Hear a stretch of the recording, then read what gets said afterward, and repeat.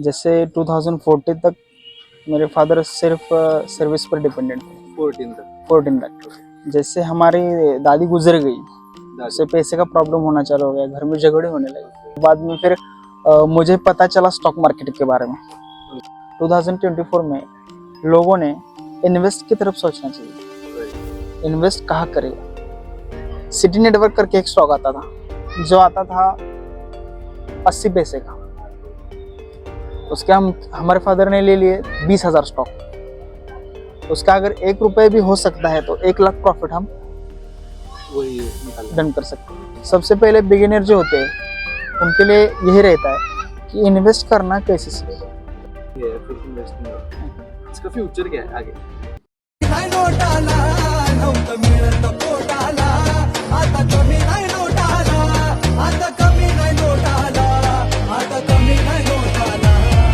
भीमाची पुण्याई अगदी सोन्याची बोटाला, माझ्या भीमाची पुण्याई अगदी सोन्याची बोटाला, माझ्या भीमाची पुण्याई अगदी सोन्याची बोटाला, माझ्या भीमाची पुण्याई अगदी सोन्याची बोटाला। तो नमस्कार दोस्तों, आज के वीडियो में मेरा दोस्त यहाँ पर है पवन, जो कि सिर्फ ट्रेडिंग नहीं करता, वो ट्रेडिंग भी करता है, उसका खुद का मॉल भी था, अभी वो म्यूचुअल फंड में भी इन्वेस्ट कर रहा है। और ऐसे बहुत सारे बिजनेस में पवन भाई का मतलब सक्सेसफुल वेंचर है। तो उनसे आज हम अब ये पॉडकास्ट कर रहे हैं, उनसे जान लेंगे कि वो इतने सारे बिजनेस कैसे मैनेज करते हैं और स्क्रैच से मतलब जो भी कोई स्टार्ट करना चाहता है वो कैसे स्टार्ट कर पाएगा।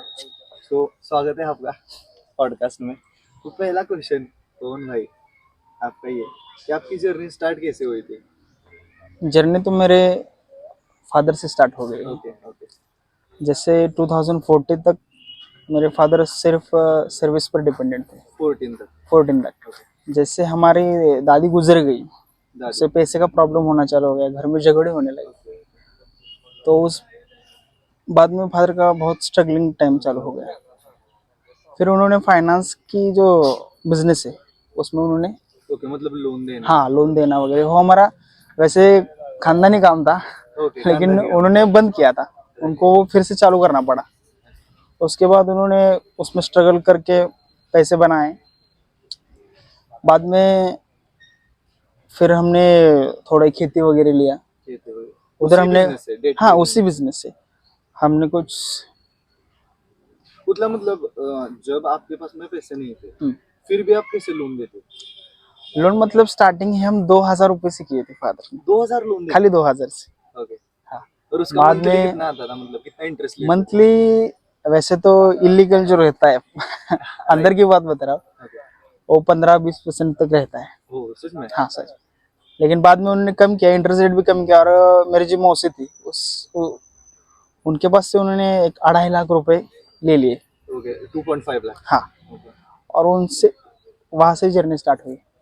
ओके मतलब उसके बाद हमने अलग अलग बिजनेसेस में ट्राई किया, लेकिन हम फेलियर गए। जैसे खेती करना, खेती में कुक्कुट पालन रहता है। राइट वैसे हमारा जो हाँ खेत से जुड़े हुए हमने बिजनेसेस चालू किए, लेकिन उसमें हमारा फेलियर आ गया। मतलब समझ लीजिए एग्रीकल्चर होगा, पोल्ट्री होगा, उसमें ये फील्ड रहे पूरे के पूरे। जैसे कि अभी मतलब खेती करने वाले बोलते कि हमें प्रॉफिट नहीं होता, इनको भी प्रॉफिट नहीं हुआ था। बाद में मैंने पढ़ाई चालू की, मैंने लॉ कॉलेज को एडमिशन लिया। मैंने सोचा कि हम लॉ करेंगे। मैं भी लॉ कर रहा हूँ मेरी कक्षा में पढ़ता है। फिर बाद में हमने कुछ डीमार्ट टाइप चालू किया, बाजार हमारे यहाँ बोलते हैं, मॉल टाइप। उसमें भी हमारा फेलियर आ रहा था, इसलिए हमने उस पहले ही बंद कर दिया। और बाजार तो बहुत सक्सेसफुल रहते हैं, सक्सेसफुल रहता है, लेकिन कुछ टाइम मैनेजमेंट नहीं हो रहा था, मेरी पढ़ाई का नुकसान हो रहा था। और बाद में फिर मुझे पता चला स्टॉक मार्केट के बारे में। स्टॉक मार्केट आपने मॉल का यहाँ पर जिक्र किया, तो मैं पहले जो देख रहा था कि आपकी ग्रोथ भी हो रही थी। हाँ, ग्रोथ हो रही थी। 1-1.5 साल तो हुआ था पहले आपने स्टार्ट किया। 1-1.5 साल तक हमें कुछ समझ नहीं आया क्या हो रहा है। बाद में जब हमने 1 साल का में ऑडिट निकाला तो पता चला कि फायदा तो हो रहा है, लेकिन खर्चा भी बहुत हो रहा है। तो मतलब ब्रेक इवन में, ना प्रॉफिट है ना लॉस। हाँ, वैसा हो रहा था। मार्जिन कम रहता है उसमें। राइट इसमें हमने वो बंद करने का डिसीजन लिया और मैं पढ़ाई पे फोकस किया। और उसी दरमियान मुझे पता चला स्टॉक मार्केट के बारे में। Okay okay. हमारे जो फादर की जो फ्रेंड है, 20 साल पुरानी फ्रेंड। यहाँ पर एक चीज नोटिस करने वाली है कि बहुत सारे लोग ऐसा सोचते हैं कि गांव एरिया में या फिर अर्बन एरिया में हम मॉल या फिर दुकान एस्टेब्लिश करेंगे और प्रॉफिट होगा। और यहाँ पर आप देख सकते हो कि जिसने खुद मॉल एस्टेब्लिश किया था, मैं आपको यहाँ पर वीडियो भी लगा दूंगा, कम से कम 25-30 लाख की इन्वेस्टमेंट थी वो। इन्वेस्टमेंट थी, फिर भी जो प्रॉफिट हो रहा था वो ज्यादा नहीं हो रहा था। मतलब आप कह सकते हो कि ब्रेक इवन, जितना आपने पैसा डाला उतना ही पैसा आ रहा था, समझे। हो रहा था थोड़ा फार प्रॉफिट होगा पर ज्यादा नहीं। तो आपकी जो ये मिसकंसेप्शन है, एक्सपेंसेस बहुत है मॉल के। एक्सपेंस ज्यादा है कि दुकान डाल करके पैसा आएगा, तो ऐसा नहीं होता है, क्योंकि एक लिविंग एग्जांपल हमारे सामने। तो बाद में मुझे जैसे पता चला स्टॉक मार्केट के बारे में, मेरे जो फादर के फ्रेंड थे वो 20 साल से इसी फील्ड में थे। 20 साल से मतलब एंजल वन का उनका फ्रेंचाइजी है। वो खुद ही मतलब डिस्ट्रिक्ट जो है सातारा, हाँ, वो संभाल रहे थे।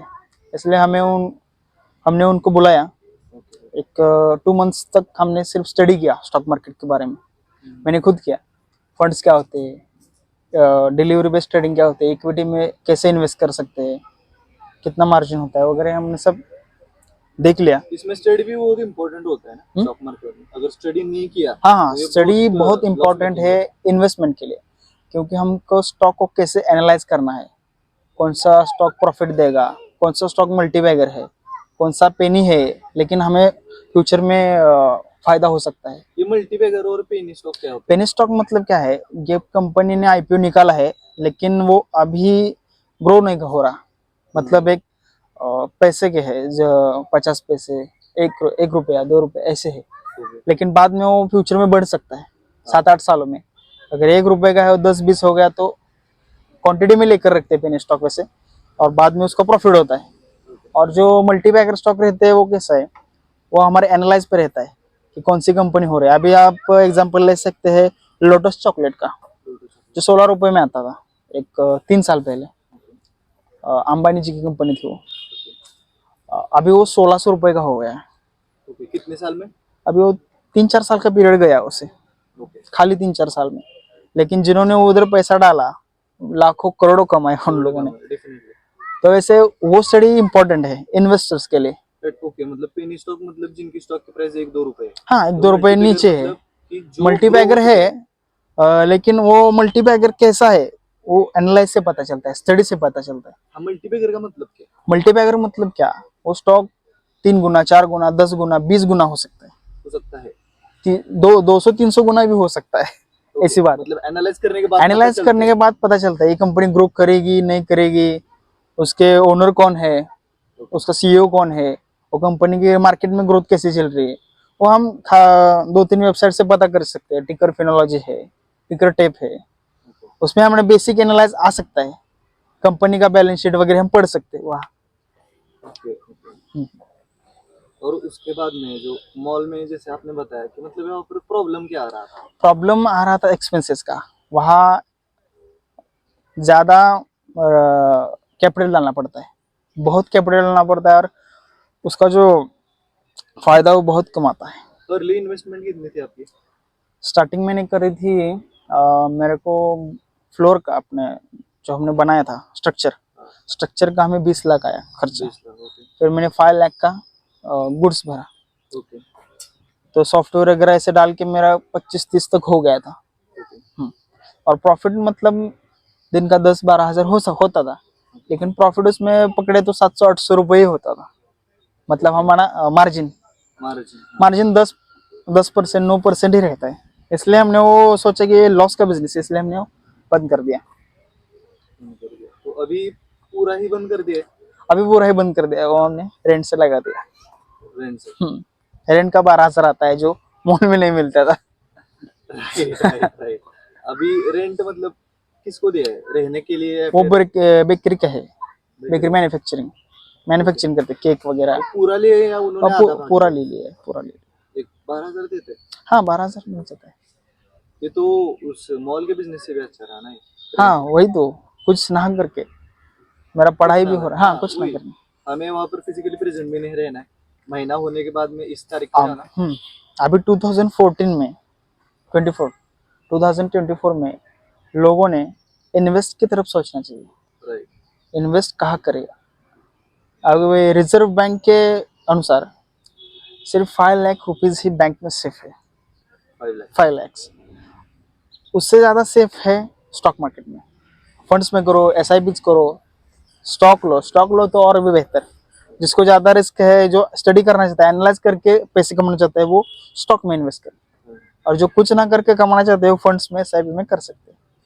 अभी HDFC का बैलेंस एडवांटेज फंड है, उसमें 36% रिटर्न्स आते हैं। यहाँ पर कैसा है कि बहुत सारे लोग ऐसा मतलब मेंटेलिटी में होते हैं कि हमने कभी स्टॉक को स्टडी नहीं किया। हाँ, ये हमारे लिए तो डिफिकल्ट स्टडी करना चाहिए ना भाई। हाँ, तो मुझे परसों एक बोल रहा था कि स्टॉक मार्केट में कुछ नहीं होता, मतलब रिस्क होती है। तो जो ऐसे लोग हैं, तो उनको आप कहना चाहोगे कि आप अभी म्यूचुअल फंड हाँ की तरफ मुड़ो, जिनको मतलब जॉब है, वैसे तो देखने लोग के है ना, time वो नहीं है। म्यूचुअल फंड पे भी ट्रस्ट नहीं करते। मेरा भाई है, वो उसने BCom किया है, Right. जो उस फील्ड में वो CA बनना चाहता था, वो भी इस पर विश्वास नहीं कर रहा, क्योंकि उसने स्टडी कभी किया ही नहीं, जान के ही नहीं लिया ना कि स्टॉक मार्केट है क्या, ये पूरा सिस्टम है क्या। अभी मेरे जो फादर है वो सिर्फ 4th तक पढ़े हैं, लेकिन उनका आज इन्वेस्टमेंट कम से कम 1 CR तक हो जाएगा अभी इस साल में। इन्वेस्टमेंट 1 CR तक हो जाएगा। मतलब फंड्स 2014 तक उनके पास कुछ कुछ नहीं था। आपने पहले स्टोरी में देखा ही सिर्फ स्टॉक मार्केट की इन्वेस्टमेंट। मतलब हमारी अभी 40 लाख तक हो गई है। हम हर 6 महीने साल में 10 लाख बढ़ाते हैं, उसका हमें प्रॉफिट मिलता है। अभी हमने स्टॉक बेचा, अभी आपने सुना होगा कि अमेरिका में फाइनेंशियल क्राइसिस आने वाली है। राइट।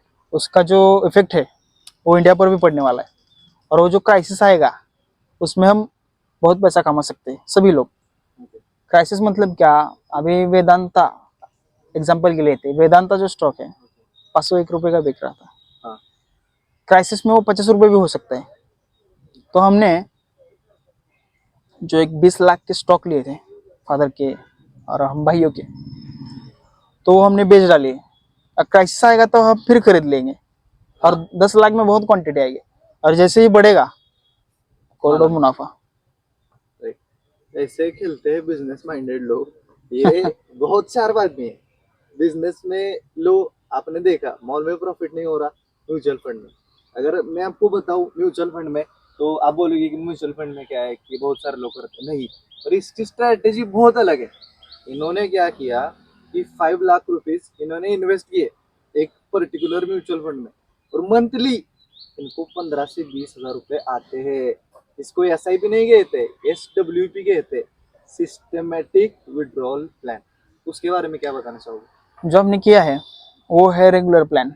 मतलब हमारे बीच में एंजल वन है जो हमें ये गारंटी देता है कि हम 36% आपको देंगे ही देंगे। अगर आप डायरेक्ट प्लान करेंगे एडवांटेज फंड में तो उसका कम ज़्यादा रहेगा। तो हमने वो किया है, हमारा जो आदमी है उस पर हम ट्रस्ट रखते हैं, इसलिए हमने वो किया है। अभी उसमें 13 लाख है, उसका 3% महीना मतलब 90,000 आता है। 13 लाख का 13 लाख का मतलब साल का 36, वो हमने डिवाइड किया महीने का, मतलब 3। और महीने का आपको हाँ। भी पेमेंट आ रहा है 90,000। 90,000 रुपये आते हैं। आपको क्रेडिट हुआ है बैंक अकाउंट में? हाँ, हर महीने हो जाता है सभी को। आपके अगर वो कोई स्टेटमेंट होगा तो आप हमारे हाँ, viewers को- स्टेटमेंट शेयर करना चाहेंगे, लेकिन अभी तो नहीं है हमें, बाद में आप वीडियो में डाल दीजिए। हाँ, बाद में वीडियो में तो डाल दूंगा। हाँ, डिस्क्रिप्शन में डाल दो, क्या वही- डाल वही। दो। तो मैं आपको दिखा भी दूंगा। और मैंने इनको एक बार भी पूछा था, ये बोल रहे थे मुझे कि 15,000 रुपए आ रहे। मैं थोड़ा सा स्पीसियस था, उनको पूछा, इन्होंने मुझे 2 स्क्रीनशॉट सेंड किए थे, वो भी मैं लगा दूंगा, आप देख लेना। दूसरा क्वेश्चन ये है कि ये तो प्रूफ का हुआ, तो अब ये है कि म्यूचुअल फंड तो बहुत सारे करते हैं लोग, पर आपने खुद को यूनिकली स्टैंड कैसे किया? मतलब कौन सा भी बिजनेस हो, आप ऐसे यूनिकली क्या सोचते हो? बिजनेस के बारे में हम सोचते हैं, अगर हम स्टार्ट ही नहीं करेंगे, नुकसान हो जाने दो, हो जाने दो, लेकिन स्टार्ट ही नहीं करेंगे तो पता कैसे चलेगा, एक्सपीरियंस कैसे आएगा। लोग क्या करते हैं, स्टार्ट ही नहीं करते। स्टार्ट करोगे तो पता चलेगा ना आगे क्या है, आगे खाई है, रास्ता है, कुछ तो है। वैसे हमारे फादर की सोच थी, हमारे फादर सिर्फ 4th तक पढ़े हैं, हाँ, लेकिन उन्होंने बहुत सारे बिजनेस किए, कहाँ फेल्योर आया। अभी हम स्टेबल है, अभी हमारा टूर्स एंड ट्रैवल्स का बिजनेस भी चल रहा है, हमने एर्टिगा गाड़ी से चालू किया है। Okay okay. हाँ, अभी हम इनके टूर के बिजनेस पर भी आएंगे। जैसे मैंने आपको बोला था, ये बिजनेस का पूरा हब है। तो जो भी बिजनेस आप इनसे पूछो, इनको उसकी पूरी की पूरी जानकारी। ओके, तो जैसे आपने बोला कि वो म्यूचुअल फंड, हाँ ये बात बहुत सही है कि स्टॉप थिंकिंग, स्टार्ट डूइंग। इन्होंने भी वही किया, सोचना बंद किया उन्होंने, इनके फादर ने भी और इन्होंने भी करना स्टार्ट किया। अब ऐसा नहीं कि इनको फेल्योर नहीं आई, बहुत सारे फेल्योर आए होंगे सर नो। यस, अभी मॉल का जो है हम 30 लाख रुपीज लॉस है, 13 लाख, लेकिन वो निकालेंगे जरूर। ये भी होता है। 13 लाख रुपीज का लॉस मतलब मजाक नहीं है दोस्तों। और ये लॉस को रिकवरी करना भी, यही एक बिजनेस माइंड होता है, यही इंसान की निशानी होती है जो सक्सेसफुल बनता है। तो आपको मतलब इसमें 13 लाख का लॉस है। अभी ट्रेडिंग आपने जब भी की थी, हाँ, उसमें कुछ लॉस वगैरह?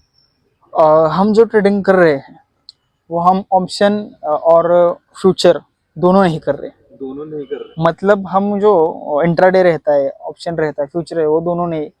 हम खाली इक्विटी शेयर्स में पैसा लगाते हैं, इक्विटी शेयर्स। जिसका कोई एक्सपायरी नहीं होता, जिसमें सब इन्वेस्टर पैसा लगाते हैं। जिस म्यूचुअल फंड में हम पैसा डालते हैं वो लोग भी इक्विटी में इन्वेस्ट करते हैं। वो जो फंड मैनेजर रहता है वो इक्विटी में पैसे डालते हैं, जिसमें कोई रिस्क नहीं रहता, जिसमें हम लॉन्ग टर्म में पैसे लगा सकते हैं। अब हम इसमें ट्रेडिंग कैसे कर सकते हैं, तो उसको बोलते हैं डिलीवरी बेस्ड ट्रेडिंग। मतलब क्या रहता है, अब सोचो, सिटी नेटवर्क करके एक स्टॉक आता था, जो आता था 80 पैसे का।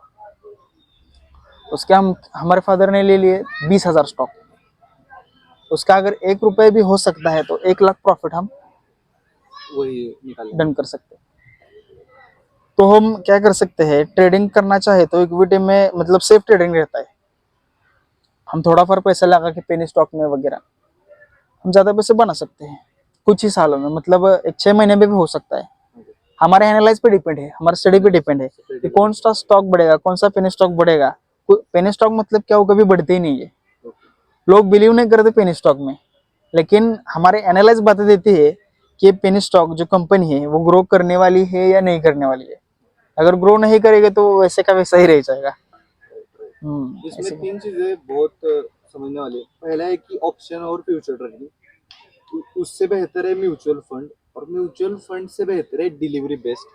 डिलीवरी बेस्ड, क्योंकि अभी भाई उसमें कैपिटल ज्यादा लगता है, वैसे कोई बात नहीं है, कैपिटल ज्यादा लगता है, लेकिन हम छोटे से कैपिटल से भी शुरू कर सकते हैं।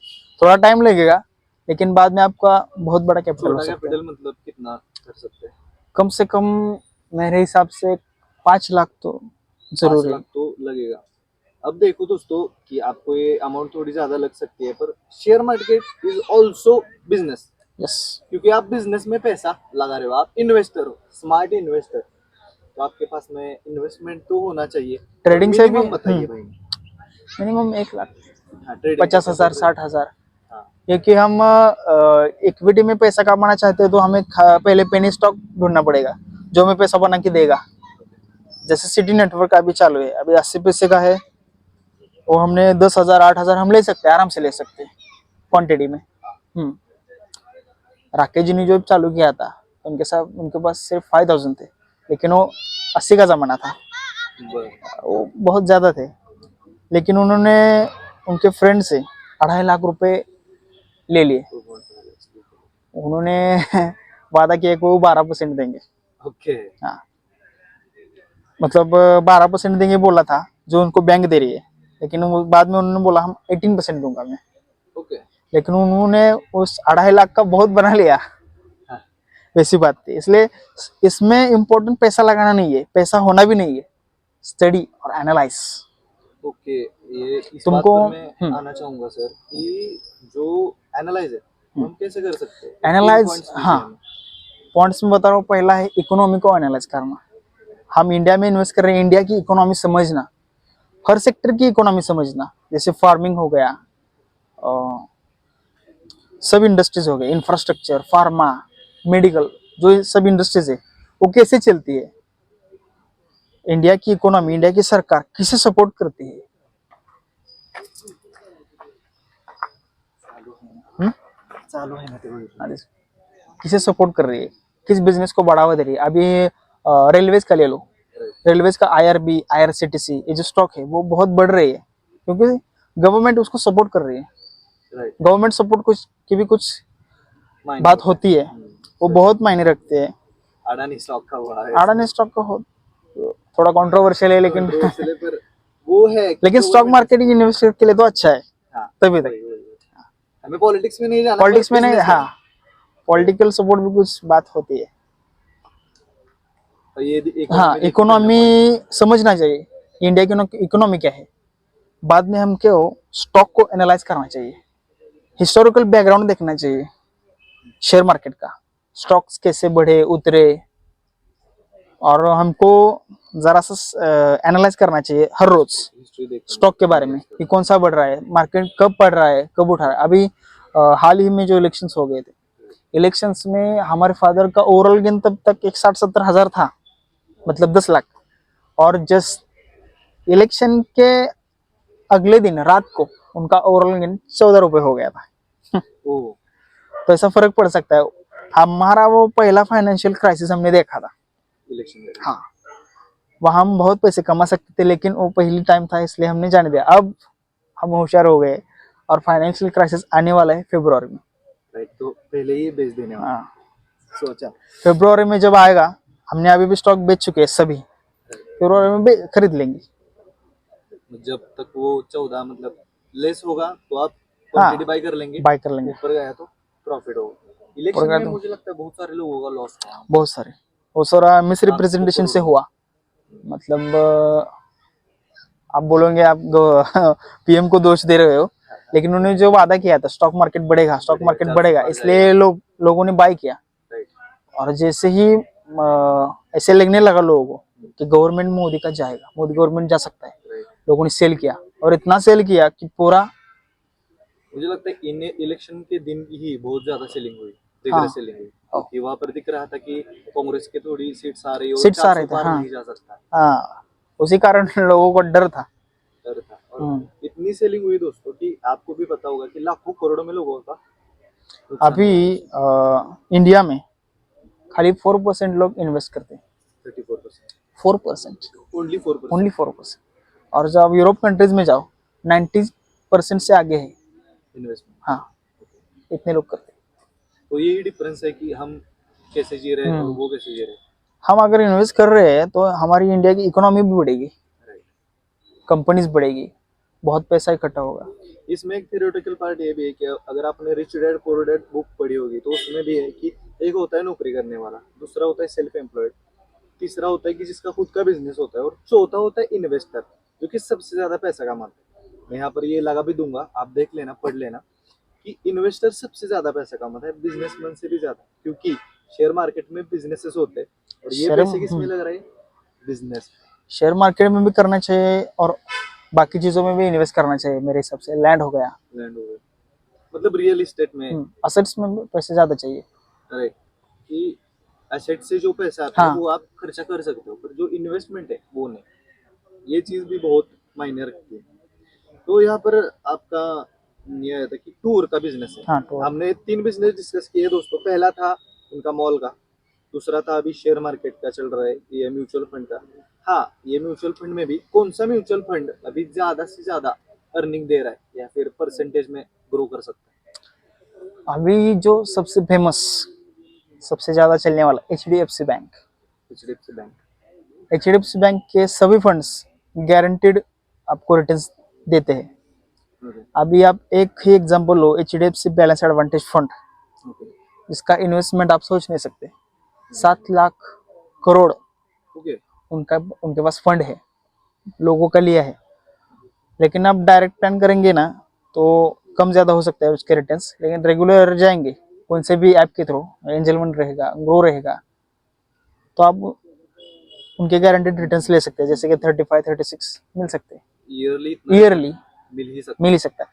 अगर आप कौन सा भी म्यूचुअल फंड लो, कौन सा भी, मिनिमम 15% आपका है. मिनिमम. मिनिमम 15%, 23 रहता है, 20 रहता है, लेकिन पकड़ के चलो कि मिनिमम आपको 15% मिलेगा ही मिलेगा. ओके. मतलब ये बहुत अच्छा है, अफोर्डेबल है कि आप बैंक में रखते हो 12% भी नहीं देते कुछ बैंक। 7%, 7%। 7.75। तो 7 का डबल 2x आपको मिल रहा है म्यूचुअल फंड। अगर आप 3 साल बैलेंस एडवांटेज में डालते हो रेगुलर प्लान से, आपका पैसा डबल हो जाएगा 3 साल में। तो कहाँ पर इन्वेस्ट करना?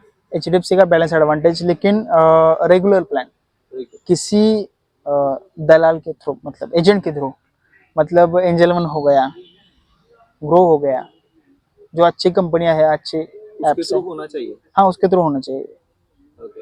अगर आपने अभी जैसा प्लान बनाया कि लमसम अमाउंट डालने की 5 लाख की 10 लाख की, हाँ लमसम। और मंथली वो अमाउंट निकालने की, तो ऐसे हम वो एडवांटेज प्लान में कर सकते हैं क्या? हाँ कर सकते हैं। डायरेक्ट डायरेक्ट प्लान का भी फायदा है। अभी रेगुलर प्लान से सिर्फ 36 मिलते हैं, डायरेक्ट प्लान से वो 70% भी हो सकता है, लेकिन कभी कभी 10% भी आएगा, ऐसी बात है। रिस्क पे रहता है, ये हाई रिस्क फंड है। हाँ वो तो रहता है, मतलब आपकी रिस्क एपेटाइट भी उतनी होनी चाहिए, रिस्क भी होती है उसमें। रिस्क में बहुत। अब आपने कहा कि HDFC का एक एडवांटेज फंड है, दूसरा एक मैंने देखा है कि SBI का है, हाँ SBI का है, ओसवाल का ओसवाल है, है, आदित्य बिरला। हाँ तो उनमें से आप कौन से फंड सजेस्ट करना चाहोगे? मोतीलाल ओसवाल बेटर है, बेटर है। बेटर। बाकी SBI का बेटर है, क्योंकि हमने SBI में इसमें इन्वेस्ट कर चुके हैं। अभी कितनी इन्वेस्टमेंट है आपके वहाँ पर? कहाँ पे? SBI में? SBI में नहीं है, SBI में लमसम का 5,500 डाला था ऐसे ही। उनका उनको एक साल में 2 साल में 30,000 मिला। मतलब हमने ये सोचा कि 5 लाख होते तो 30 लाख हो जाता, राइट। मतलब ट्रिपल हो जाता। हमने सिर्फ अमाउंट को सोचा, 5,000 का 5 लाख होता, 15 लाख होता तो बढ़ सकता था। हाँ SBI के म्यूचुअल फंड में ही डाला था? हाँ SBI का डाला था। अभी इन्वेस्टमेंट नहीं है उसमें? अभी नहीं है, अभी किस हम fund में? HDFC, only HDFC advantage plan. Advantage plan और डिफेंस फंड, उसमें SIP होती है 5,000 की। और दूसरा SBI का एक है, SBI का ब्लू चिप करके है, उसमें 5,000 मतलब 10,000, और घर में सबके 10,000 मतलब 15,000 की SIP हम मंथली करते हैं। ओके। ओके, ये इस आपके हिसाब से ये SIP करना ठीक है या फिर लमसम डाल के मंथली लेना ठीक है? बैलेंस एडवांटेज फंड में आपको ज्यादा अमाउंट डालनी पड़ती है, कम से कम 10-20 लाख रुपए, ओके ओके। तभी वो आपको दे पाएंगे। आपको छोटे अमाउंट पे 36% नहीं दे सकते, उनको भी प्रॉफिट होना चाहिए।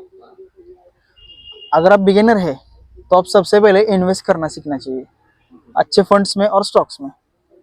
उसके बाद हम स्टडी पे एनालाइज करके, स्टडी और एनालाइजिंग बहुत मैटर करता है स्टॉक मार्केट में, ओके ये बहुत ही इंपॉर्टेंट है। ओके। पहले आपने बताया एनालाइजिंग में इकोनॉमी होनी चाहिए, इकोनॉमी होनी चाहिए, बाद में स्टॉक एनालाइज करना चाहिए अलग अलग वेबसाइट से।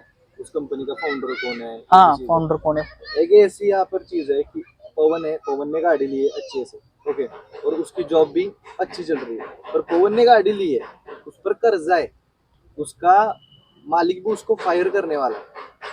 ये जो अगर आपको इन्फॉर्मेशन लगी तो उस पर कोई पैसा लगाएगा नहीं, इसलिए उसकी इन्फॉर्मेशन होना जरूरी है। उसके पास में कितना डेट है, उसकी कंपनी कितनी चल रही है, अगर अच्छी चल रही है, जॉब अच्छी है, उसका डेट भी कुछ नहीं है, ग्रो करेगी कंपनी, पैसा लगाओ, प्रॉफिट मिलेगा। मैं सही हूँ कि नहीं? हो सकता है। हाँ। अगर हम स्टॉक एनालाइज कर रहे हो तो जो चार्ट रहता है, चार्ट उसके रेशोज पढ़ के भी हम चेक कर सकते हैं, जैसे कि डेप्ट रेशो, कंपनी कर्जा चुका सकती है या नहीं सकती, हाँ हाँ। वैसे रहता है। इसलिए अगर हमने पहले स्टॉक एनालाइज करना सीखा ना तो उसमें सब हो जाता है। बाद में आप इकोनॉमी का पढ़ो, लेकिन पहले स्टॉक एनालाइज करना सीखोगे, उधर सब डिटेल में होता है। इकोनॉमी में हम अंदाजा लगा सकते हैं, लेकिन वहाँ सब लिखा रहता है। आपको मैं वेबसाइट सजेस्ट करूंगा, टिकर फिनोलॉजी करके, टिकर फिनोलॉजी, उधर जाके आप कौन सा भी स्टॉक सर्च करो, उसके आपको चार्ट मिलेगा अगले 5 ईयर्स का, ओके, रेशोज मिलेंगे, डेप्ट रेशो क्या है, पी रेशो क्या है, पीबी रेशो क्या है, वो सब बेसिक नॉलेज आपको मिल जाएगा उधर। उसके पेयर्स में कौन है, मतलब उसके कंपैरिजन में कौन है, वो भी पता चलेगा। ओके। अगर आपको डिटेल में एनालाइजिंग की वीडियो चाहिए पवन भाई से, तो आप जरूर कमेंट करना। बहुत सारे, अगर मुझे 10 भी कमेंट आए तो मैं पवन भाई का एक और एपिसोड लूंगा जो पूरा डेडिकेटेड होगा इस पर, एनालाइजिंग और इंफॉर्मेशन देने पर। तो हाँ, हम आए थे टूर के बिजनेस पर अभी। ये तो हमने तो प्रॉपर डिस्कस किया है। तो टूर का बिजनेस का आपको कैसे रहना है कि म्यूचुअल फंड में भी आपने इन्वेस्ट किया है, उससे भी बहुत अच्छा पैसा आ रहा है, पर ये आपके दिमाग में कैसे आया? टूरिज्म का बिजनेस मेरा जो ब्रदर है और जो मुंबई में अभी वो बिजनेस कर रहा है, वो बोला था मुझे फंडिंग करो, हम दोनों बिजनेस कर सकते हैं, मैं आपको पैसे लौटा दूंगा। लेकिन मैंने क्या सोचा, तुम फंडिंग मत करो, मैं खुद ही कर दूंगा, तुम खाली संभालो, हम 60-40 का कर देंगे। इसलिए हमने टूरिज्म का सोचा। टूरिज्म में क्या है, बॉम्बे जैसे शहर में टूरिज्म बहुत इम्पोर्टेंट है और वहाँ पैसा बहुत मिलता है टूरिज्म में। अभी हमने 2 एर्टिगा कार ली है। 2 एर्टिगा एर्टिगा वो कैसे लिए, रेंट पर या फिर लोन से लिए, लोन से लेना पड़ता है। हाँ, सेकंड लिए? नहीं नया लिया, शोरूम लिया। मैं श्योर। शोरूम टूरिज्म की 2 एर्टिगा कार ली है। उसका हमें महीने का प्रॉफिट 81 आएगा। Okay, profit Profit. जा करके हमने मतलब कंपनियों को गाड़ी लगाना स्टार्ट किया है पहला। टूरिज्म नाम दिया है, लेकिन टूरिज्म बाद में करेंगे, पहले प्रॉफिट कमाएंगे।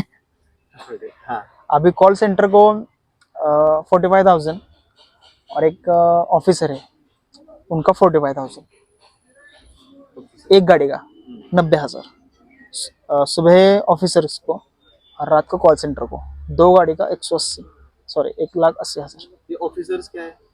ऑफिसर्स मतलब जो पुलिस कॉप्स रहते हैं हाँ, उनको, जो मुंबई का हेडक्वार्टर रहेगा ना, उधर के ऑफिसर्स, पुलिस हेडक्वार्टर, उनको क्यों देना है? उनको मतलब पहुंचाने के लिए, ऑफिस पहुंचाना, घर ड्रॉप करना, उतना ही उसका रेटिंग रहता है। 8,000 का सीएनजी जाएगा खाली हाँ, 90,000 में। ऑफिसर मतलब ड्राइवर क्या है? हाँ, ड्राइवर लगाएंगे हाँ, और हम खाली कंट्रोल करेंगे। कंट्रोल करेंगे। मतलब गाड़ी में जीपीएस भी रहता है, वो बॉम्बे में कहाँ जा रही है गाड़ी, क्या जा रही है, या हमारे कंप्यूटर पे दिखेगा, ओके, जीपीएस भी रहेगा। जीपीएस भी रहेगा। इसलिए हम यहाँ से सब कंट्रोल कर सकते हैं। ओके ओके, आपने कहा ड्राइवर, और इसको जाएंगे 45,000। कॉल सेंटर, कॉल सेंटर क्या है? कॉल सेंटर जो कंपनी है वहाँ के एम्प्लॉयज रहेंगे, वहाँ के जो मेन ऑफिसर्स रहेंगे उनके लिए। ओके, वो कॉल सेंटर क्यों करेंगे, मतलब आपको गाड़ी चाहिए कि नहीं है, हम्म। ये नहीं नहीं, कॉल सेंटर जो है वहाँ के जो ऑफिसर्स एम्प्लॉयज है उनके लिए वो रहते हैं, आने जाने के लिए, मतलब ओके। हाँ, अप डाउन करने के लिए रहेगा वो गाड़ी। हाँ, मुझे ये चीज नहीं समझ आई कि वो जो कॉल सेंटर वाले हैं उनको हम ले जाएंगे, हाँ हाँ, तो हमें उनको ही पैसे क्यों देने, उन्होंने हमें देने चाहिए ना। हाँ, वही तो दे रहे हैं 45,000। वो हमें देंगे, हाँ, ये महीना। पहला हुआ एक गाड़ी का। और दूसरा और दूसरी गाड़ी का वो 45,000, उसका हमें 41 90,000 90,000 एक गाड़ी का। एक गाड़ी का। ओके, और दूसरी गाड़ी का कैसा है? दूसरा गाड़ी का भी वैसा ही, वही लगाएंगे। गाड़ियों की डिमांड बहुत ज्यादा है बॉम्बे जैसे शहर का, बहुत ज्यादा। उधर हमेशा कम रहता है गाड़ी, डिमांड बहुत ज्यादा है। ओके ओके, अभी प्रॉफिट कितना हुआ आपने बोला? अभी हमने जस्ट चालू किया है। मंथ का आपने बोला था ना प्रॉफिट 1 लाख कुछ 60,000। हाँ, 1,80,000। 1,80,000 वो 2 कार का होगा, 2 एर्टिगा का, राइट? ये तो बढ़िया बिजनेस है यार। बढ़िया बिजनेस है, लेकिन सोचना चाहिए लोगों ने। अगर 42,000 हमारा पहला ईएमआई जाएगा गाड़ी का हर मंथ का, दोनों गाड़ी का कितना हुआ, 84,000। हो 84,000, और बाकी का आपको ड्राइवर का सैलरी जाके कम से कम 30,000 तो रहेगा ही रहेगा स्टार्टिंग में। जैसे ही हमारा ईएमआई खत्म होगा, गाड़ी अपनी हो जाएगी, बाद में प्रॉफिट ही प्रॉफिट। हाँ, वो 80 + 30 कर लीजिए आप, कितना होगा? वैसे भी हम कहाँ रुकने वाले। हाँ, 200, ये 2 गाड़ी है, ये 2 की 4 5, और ऐसा भी हो सकता है उस बिजनेस करते करते आपको एक और आइडिया आ जाए, हाँ, वही ये तो। भी ऐसे भी कर सकते हो। तो ऐसा होता है दोस्तों कि जब आप स्टार्ट करते हो, पहले दिन ही आपको सारी आइडिया नहीं आती, हाँ, पहले दिन आपको प्रॉफिट नहीं होता है। जैसे जैसे आप करते जाते हो वैसे वैसे आपको आइडिया आने लगती है, अरे ये नहीं चल रहा, ये चलता है, उससे प्रॉफिट आया। अब देखो, म्यूचुअल फंड से प्रॉफिट आ रहा है, उसके बाद में उन्होंने ये कार भी लगाई, उसको कंट्रोल यहाँ बैठ कर कर रहे हैं, वो कराड़ में बैठ करके मुंबई के ड्राइवर को कंट्रोल करेंगे। तो इसे कहते हैं पैसा बनाना। अगर आप सैलरीड होंगे तो इससे ज्यादा पैसा नहीं आता है, आपको भी पता है। जॉब करके कुछ फायदा नहीं है, बिजनेस ही पैसा है, इन्वेस्टिंग ही पैसा है। अगर आप सैलरीड हो तो सबसे पहली बात एसआईपी चालू करना चाहिए, एसआईपी चालू करनी कम से कम 5 साल के लिए। उसके बाद आप कौन सा भी बिजनेस करो, कोई बात नहीं, लेकिन एसआईपी चालू करना ये इम्पोर्टेंट हो ही गया है इस जमाने में। एसआईपी मतलब कहाँ पर करे? अगर आप कौन सा भी म्यूचुअल फंड में कर सकते हैं, मिनिमम 15% आपका बिना रिस्क आएगा ही आएगा। आएगा 15% दोस्तों आपको फिक्स है ही। तो अभी मतलब इसी 2024 में ये ट्रेडिंग है या फिर इन्वेस्टिंग है, इसका फ्यूचर क्या है आगे? इसका फ्यूचर ट्रेडिंग मतलब स्टॉक्स मार्केट मतलब जब तक ये दुनिया है तब तक स्टॉक मार्केट है ही है, उस पर ही यहाँ का बिजनेस चल रहा है। आप समझ लो, कंपनीज आईपीओ लाती है, क्यों लाती है? उनको पैसा जमा करना है, वो खुद का पैसा थोड़ी लगा दे, जो आईपीओ से आएगा उससे बिजनेस करती है। थोड़ा इन्वेस्टमेंट होता है, बाकी सब आईपीओ से आता है। तो बिजनेस जो चल रहे हैं, जो मार्केट चल रहा है, इकोनॉमी चल रही है, स्टॉक मार्केट भी चल रही है, इसलिए इसका फ्यूचर बहुत ब्राइट है। और हमारे यहाँ चांस क्यों है, अभी तक 4% लोग इंडिया में इन्वेस्ट कर रहे हैं, तो हम कर सकते हैं। तो अभी फ्यूचर बहुत ज्यादा है, 4% कुछ भी नहीं, कुछ भी नहीं। 94% फॉरेन कंट्रीज में इन्वेस्टमेंट हो रही है, ये भी चीज है। तो राइट अप्रोच एक इंसान के लिए क्या हो सकती है शेयर मार्केट स्टार्ट करने के लिए, फिर म्यूचुअल फंड स्टार्ट करने के लिए? राइट अप्रोच में तो आप कभी भी जाओ और किसी भी ऐप के जो स्टडी रहता है वहाँ चेक करो। सबसे पहले बिगिनर जो होते हैं उनके लिए यही रहता है कि इन्वेस्ट करना कैसे सीखे। पहले इन्वेस्ट करना सीखना चाहिए, इकोनॉमी का स्टडी और जो फाइनेंशियल रहता है स्टडी, वो सब आपको आना चाहिए सबसे पहली बात। ओके मतलब ये राइट अप्रोच बताए भाई ने कि जो कुछ भी कंपनी के डिटेल्स है वो पढ़ो, इकोनॉमी को स्टडी करो, यही। तो मतलब बेसिक ये, ऐसा कुछ सीक्रेट नहीं होता जो बाकी यूट्यूब। वॉरेन बफेट कहते थे कि मुझे अगर मैथमेटिक्स, वो कहते थे कि स्टॉक मार्केट में मैथमेटिक्स होता, बहुत सारा मैथमेटिक्स होता, प्लस माइनस वगैरह होता, तो मुझे कभी भी ये नहीं आता। इसमें वैसा कुछ ही नहीं है। मैथमेटिक्स की नॉलेज होना और स्टॉक मार्केट सीखना, इसका कोई संबंध नहीं। इसमें सिर्फ यही बात है, क्वांटिटी कितना लगा रहे हो, कितना आएगा, कौन सी कंपनी में लगा रहे हो, यही बेसिक चीज है जो कोई बच्चा भी समझ सकता है मेरे हिसाब से। लेकिन डर रहता है लो, ये क्या है, मैथमेटिक्स का है, वो ऐसा कुछ नहीं है। हाँ राइट, बहुत सारे लोग होते हैं कि पैसा है तो बहुत सारी दिमाग लगाना पड़ेगा। दिमाग तो लगाना पड़ता है लेकिन अलग तरह से। हाँ वही एनालाइज, वही दिमाग में, ऐसे मैथमेटिक्स नहीं होता ज्यादा डिफिकल्ट कुछ है आपको ऐसा साइंस जैसा कुछ पढ़ना नहीं पड़ेगा, टेबल नहीं ध्यान में रहना पड़ेगा। तो वही, इसी वजह से जो भी लोग है कम पढ़े फिर भी सक्सेसफुल है। इनके फादर का एग्जांपल है, चौथी कक्षा में सीखे फिर भी आज भी 1 ईयर का इन्वेस्टमेंट होगा अगले साल तक। ये खाली स्टॉक मार्केट का। हाँ खाली स्टॉक अभी मार्केट। हमने जो लैंड लिया है 86 लाख का लैंड लिया था, वो हम बेच रहे हैं 1 करोड़ 13 लाख रुपए का बेच रहे हैं। लैंड में इन्वेस्टमेंट किया, वो भी हम अर्ली बेच रहे हैं क्योंकि हमें वहां से जाना है, मतलब दूसरी तरह लैंड लेनी है, वहां घर बनाना है। कितने साल में 86 का कितना इन्वेस्टमेंट कब किया था, किस साल? 2 साल में हो गया। एक 2021 और अभी ये बेच रहे, मतलब 3 साल में कितना प्रॉफिट हुआ आपका? 20-22 लाख तो इन्होंने ऐसे ही लैंड से ही कमा लिया। 50 लाख वो इन्वेस्टमेंट है ना किसी का, हाँ। उसके बाद में 50 लाख। तो यही है। तो अभी आप क्या बता सकते हो कि बेस्ट टाइम टू इन्वेस्ट और trade share market? Best time जब आप अनएम्प्लॉयड हो तब तो नहीं हो सकती। आपको कुछ तो कमाना चाहिए, एम्प्लॉयड होना चाहिए, सेल्फ एम्प्लॉयड हो, बिजनेसमैन हो, कोई तो होना चाहिए। मिनिमम इन्वेस्टमेंट हम एसआईपी से कर सकते हैं। मुझे तो लगता है अगर कोई स्टॉक मार्केट में कम पैसे से करना चाहता है तो वो ले 500,000 की एसआईपी चालू करे, एक 5 साल तक इन्वेस्ट करो, बाद में वो पैसा निकालो, स्टॉक्स में इन्वेस्ट करो और एसआईपी चालू रखो। यही होता है अभी तो। मतलब पहले क्या रहता था, पहले एसआईपी वगैरह कुछ रहता नहीं था। पहले लोग जो होते 80 के जमाने में, 80 के जमाने में, मतलब स्टॉक में इन्वेस्टमेंट थोड़ा करके लोग कर रहे थे। टाइम जाता है लेकिन टाइम के बाद जो प्रॉफिट होगा वो अच्छा होगा। कोई नहीं, कुछ लोग क्या करते हैं, डेट लेते हैं, घर माँ बाप से पैसे लेते हैं और फ्यूचर ऑप्शंस में कर देते हैं, हाँ। उनको कुछ मालूम नहीं होता है और उनको लॉस होता है।